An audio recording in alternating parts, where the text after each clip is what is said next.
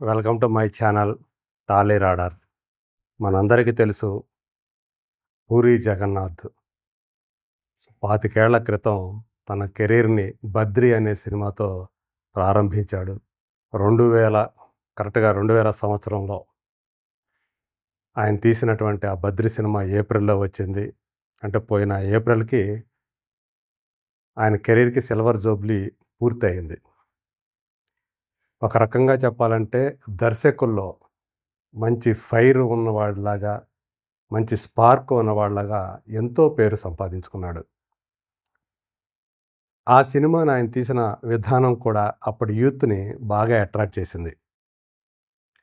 ఆ తర్వాత ఆయన 'బాచీ' అనే ఒక ప్రయోగం చేశాడు జగపతి బాబుతోటి. అది విఫలమైంది. సో, మళ్ళీ 'ఇట్లు శ్రావణి సుబ్రహ్మణ్యం' అనే సినిమాతోటి తను బౌన్స్ బ్యాక్ అయ్యాడు. అక్కడి నుంచి ఆయన దాదాపు నిన్న మొన్నటి దాకా వెనక్కి తిరిగి చూసుకోవాల్సినటువంటి అవసరం కలగలేదనే చెప్పాలి. రవితేజ తీసినటువంటి ఆ 'ఇట్లు శ్రావణి సుబ్రహ్మణ్యం' తర్వాత ఆయన మళ్ళీ 'ఇడియట్' తోటి, అదే హీరోతోటి 'ఇడియట్' చేసి సూపర్ డూపర్ హిట్ కొట్టాడు. అప్పట్లో ఆ 'ఇడియట్' సినిమా ఒక ట్రెండ్ సెట్టర్ అని చెప్పాలి. అంటే అందులో రవితేజ క్యారెక్టర్ని ఆయన మలిచిన విధానం కానివ్వండి, ఆ డైలాగ్స్ని ఆయన రాసిన విధానం కానివ్వండి, యూత్‌లో విపరీతమైనటువంటి క్రేజ్‌ని తీసుకొచ్చి పెట్టాయి. మరి ఆ తర్వాత 2006లో ఆయన రూపొందించినటువంటి 'పోకిరి' అనే సినిమా మహేష్ బాబుతోటి, అది ఇండస్ట్రీ రికార్డు. అప్పటి వరకు ఉన్నటువంటి కలెక్షన్ల పరంగా బాక్సాఫీస్ వద్ద మొత్తం అన్ని రికార్డుల్ని కూడా బద్దలు చేసి ఆ సినిమా ఇండస్ట్రీ రికార్డు సృష్టించింది. మహేష్ బాబుని ఒక స్టార్‌గా, సో టాప్ లీగ్‌లో నిలబెట్టిన సినిమా 'పోకిరి' అనే చెప్పాలి. సో వాళ్ళ కాంబినేషన్‌లో వచ్చినటువంటి ఆ తర్వాత 'బిజినెస్ మ్యాన్' కూడా పెద్ద హిట్టే. తన కెరీర్‌లో ఎన్నో సూపర్ హిట్‌లని చవిచూసినటువంటి ఆయన తర్వాత కాలంలో మనం చూసాం ఆయన డౌన్ ట్రెండ్. సో నిజంగా చెప్పాలంటే 'టెంపర్' అనే సినిమా, జూనియర్ ఎన్టీఆర్‌తో చేసినటువంటి ఆ 'టెంపర్' అనే సినిమా ఆయన ఒక అంటే ఆయన స్వర్ణయుగం అనుకుంటే ఆ స్వర్ణయుగంలో చివరి సినిమా 'టెంపర్' అనే చెప్పాలి. అదే హీరోతో గతంలో ఆయన 'ఆంధ్రావాల్' అనే సినిమా తీసి ఒక డిజాస్టర్‌ని మూటగట్టుకున్నాడు. ఒక ప్రయోగం చేశాడు అందులో కూడా. సో అది తండ్రి కొడుకులుగా అతను చూపించి, ఆ తండ్రి పాత్రలో ఆ జూనియర్ ఎన్టీఆర్‌ని అంత చిన్న వయసులో జనం యాక్సెప్ట్ చేయలేకపోయారు. సో ఆ తప్పులు మళ్ళీ పునరావృతం చేయకుండా 'టెంపర్' అనే సినిమా తీసి అదే హీరోతో సూపర్ హిట్ కొట్టాడు. ఆ తర్వాత ఆయన 'జ్యోతిలక్ష్మి' అనేటువంటి ఒక సినిమాని అటెంప్ట్ చేశాడు. అది కూడా బానే పర్వాలేదు అన్నట్లుగా ఆడింది. కాకపోతే అక్కడి నుంచి ఆయన పర్సనల్ ఫ్రంట్‌లో కూడా ఆయనకి ఇబ్బందులు మొదలయ్యాయి. సో ఎందుకంటే ఆ సినిమాలో ఆ 'జ్యోతిలక్ష్మి' అనే క్యారెక్టర్ చేసింది చార్మి. కేవలం నటిగా మాత్రమే కాకుండా ఆ తర్వాత ఆయనకి బిజినెస్ పార్ట్నర్‌గా కూడా చార్మి మారారు. అయితే ఎప్పుడైతే ఆయన జీవితంలోకి చార్మి వచ్చారో, సో ఆయన వ్యక్తిగత జీవితం అంతా కూడా ఒడిదుడుకులకు లోనయింది అని చెప్పేసి ఇండస్ట్రీ వర్గాలన్నీ కూడా నమ్ముతూ ఉంటాయి. పైగా ఆ టైంలో ఆయన ఆర్థికంగా కూడా చాలా లాస్ అయ్యారు. ఒక బాగా నమ్మినటువంటి ఒక వ్యక్తి తనని మోసం చేశారని కూడా ఆయన చెప్పారు. ఆస్తులకు సంబంధించినటువంటి వ్యవహారాల్లో ఆయన నష్టపోయారు. సో ఎప్పుడైతే చార్మి ఆయన జీవితంలోకి అడుగుపెట్టిందని చెప్తున్నామో, అప్పటి నుంచి కూడా మీరు చూస్తే అంటే ఆయనలో ఉన్నటువంటి ఫైర్ కానీ, ఒక డైరెక్టర్‌గా ఆయనలో ఉన్నటువంటి స్పార్క్ గానీ, ఇప్పటికి కూడా అవి ఉన్నాయి అనటంలో నో డౌట్. కానీ అక్కడి నుంచి ఆయన జడ్జిమెంట్ అనేది ఒక సినిమాకి సబ్జెక్ట్ విషయంలో కానివ్వండి, క్యారెక్టరైజేషన్ విషయంలో కానివ్వండి, ఆయన జడ్జిమెంట్ అనేది అక్కడి నుంచి దారి తప్పింది అని చెప్పేసి అనిపిస్తూ ఉంటుంది చాలామందికి. సో ఏమైనా అంత ముందు వరకు కూడా ఆయన భార్య లావణ్య, ఆమె కూడా అప్పుడప్పుడు మనకు కనిపిస్తూ ఉండేవాళ్ళు. కానీ 'జ్యోతిలక్ష్మి' అనే సినిమా తర్వాత లావణ్య గారు కూడా ఎప్పుడూ కూడా మళ్ళీ పబ్లిక్‌లోకి కనిపించిన దాఖలా అయితే ఇప్పటివరకు కూడా లేదు.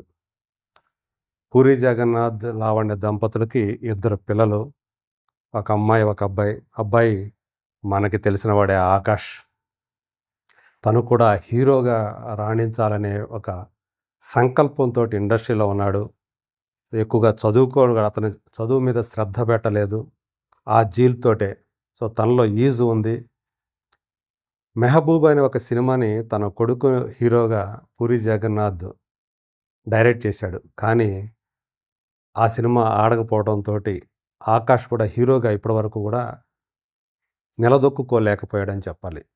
సో, ఇదంతా కూడా ఈ 'జ్యోతిలక్ష్మి' అనే సినిమా తర్వాత నుంచి వచ్చినటువంటి ఆయనలో కలిగినటువంటి మార్పుల్లో అది కూడా ఒక భాగం అని చెప్పాలి.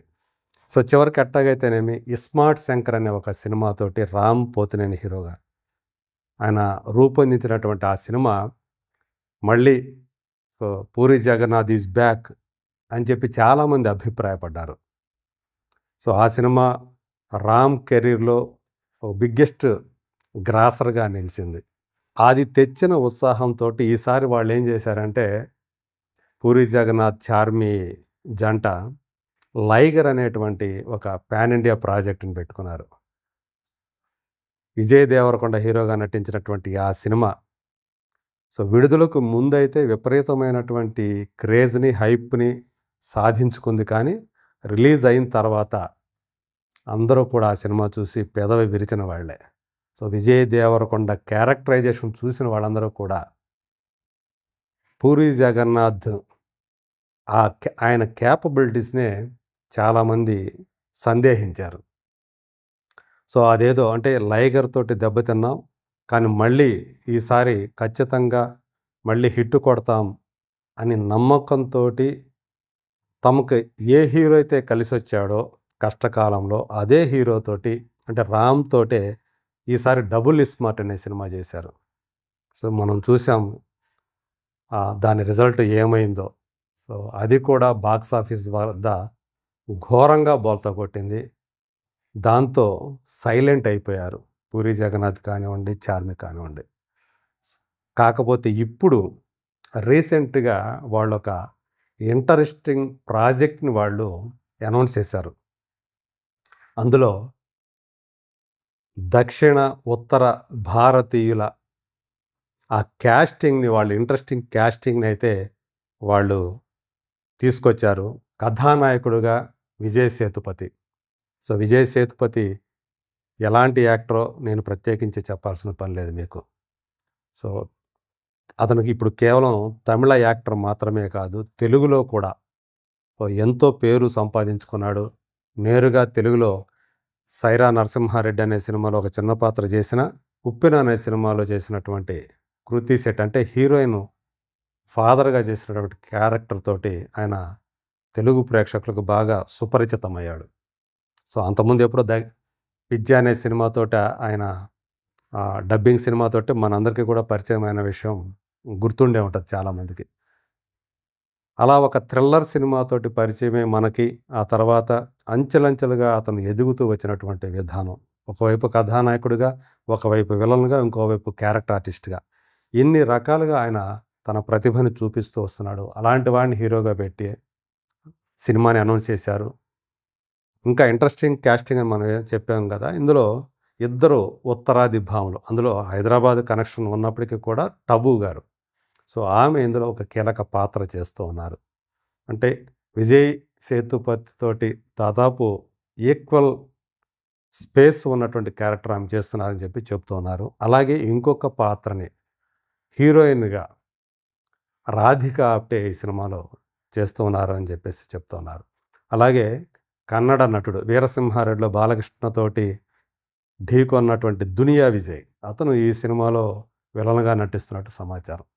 ఇలా ఒక ఇంట్రెస్టింగ్ ప్రాజెక్ట్‌ని అయితే వాళ్ళు చేపట్టారు ఇప్పుడు. సో, ఏదైతే తన కెరీర్‌లో ఆ 'జ్యోతిలక్ష్మి' అనే సినిమా తర్వాత నుంచి తను కెరీర్ పరంగా కానివ్వండి, అలాగే పర్సనల్ ఫ్రంట్‌లో కానివ్వండి ఇబ్బందులు ఎదుర్కొంటూ వస్తున్నాడు పూరి జగన్నాథ్. ఈ సినిమాతోటి ఈ తీయబోతున్నటువంటి సినిమాతోటి, ఈ ఇంట్రెస్టింగ్ ప్రాజెక్ట్ తోటి ఖచ్చితంగా మళ్ళీ బౌన్స్ బ్యాక్ అవుతాడా అనేటువంటి ఆశాభావాన్ని అభిమానులు వ్యక్తం చేస్తున్నారు. నాకు పర్సనల్‌గా నేను 'అమ్మా నాన్న ఓ తమిళమ్మాయి' అనే సినిమాతోటి నాకు పూరి జగన్నాథ్ మొట్టమొదటిసారి పరిచయం అయ్యాడు. సో, అన్నపూర్ణ 7 ఏకర్స్ స్టూడియోలో అనుకుంటాను. అప్పుడు ఆ సినిమా షూటింగ్ నేను ఆంధ్రభూమి ఢిల్లీలో ఉన్నప్పుడు మొదటిసారి. అంటే అప్పటికే ఆయన మీద నేను ఒక ఆర్టికల్ రాసి ఉన్నాను. ఆ తర్వాత అక్కడ నేను ఫుల్ టైమ్ రిపోర్టర్‌గా జాయిన్ అయిన తర్వాత సినిమా రిపోర్టర్‌గా మొదటిసారి ఆయన్ని అక్కడే కలిసాను అక్కడ. 'అమ్మా నాన్న ఓ తమిళమ్మాయి' షూట్‌లో.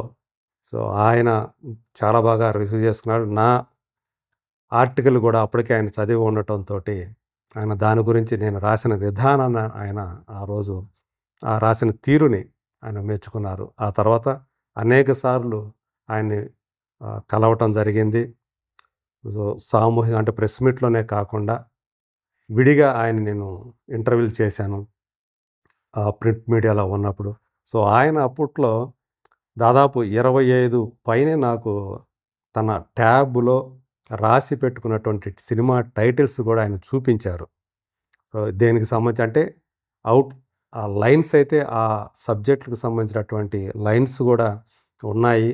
సో, ఏ హీరో అయితే వాడికి యాప్ట్ అవుతారో ఆ హీరోతో సినిమాలు చేస్తానని కాన్ఫిడెంట్‌గా చెప్పేవాళ్ళు. సో, తర్వాత కాలంలో ఇదంతా కూడా 'జ్యోతిలక్ష్మి' ముందుకు జరిగినటువంటి విషయం. సో, ఆ తర్వాత ఈ మార్పులన్నీ కూడా జరిగాయి. మరి ఇప్పుడు తన మీద చాలా ఒత్తిళ్ళు ఉన్నాయి. వీటన్నింటిని అధిగమించి ఈ తీయబోతున్నటువంటి ఈ కొత్త సినిమాతోటైనా సరే పూరి జగన్నాథ్ మళ్ళీ హిట్ సాధిస్తాడా? సాధించాలనే కోరుకుందాం. అప్పటిదాకా let us wait and see.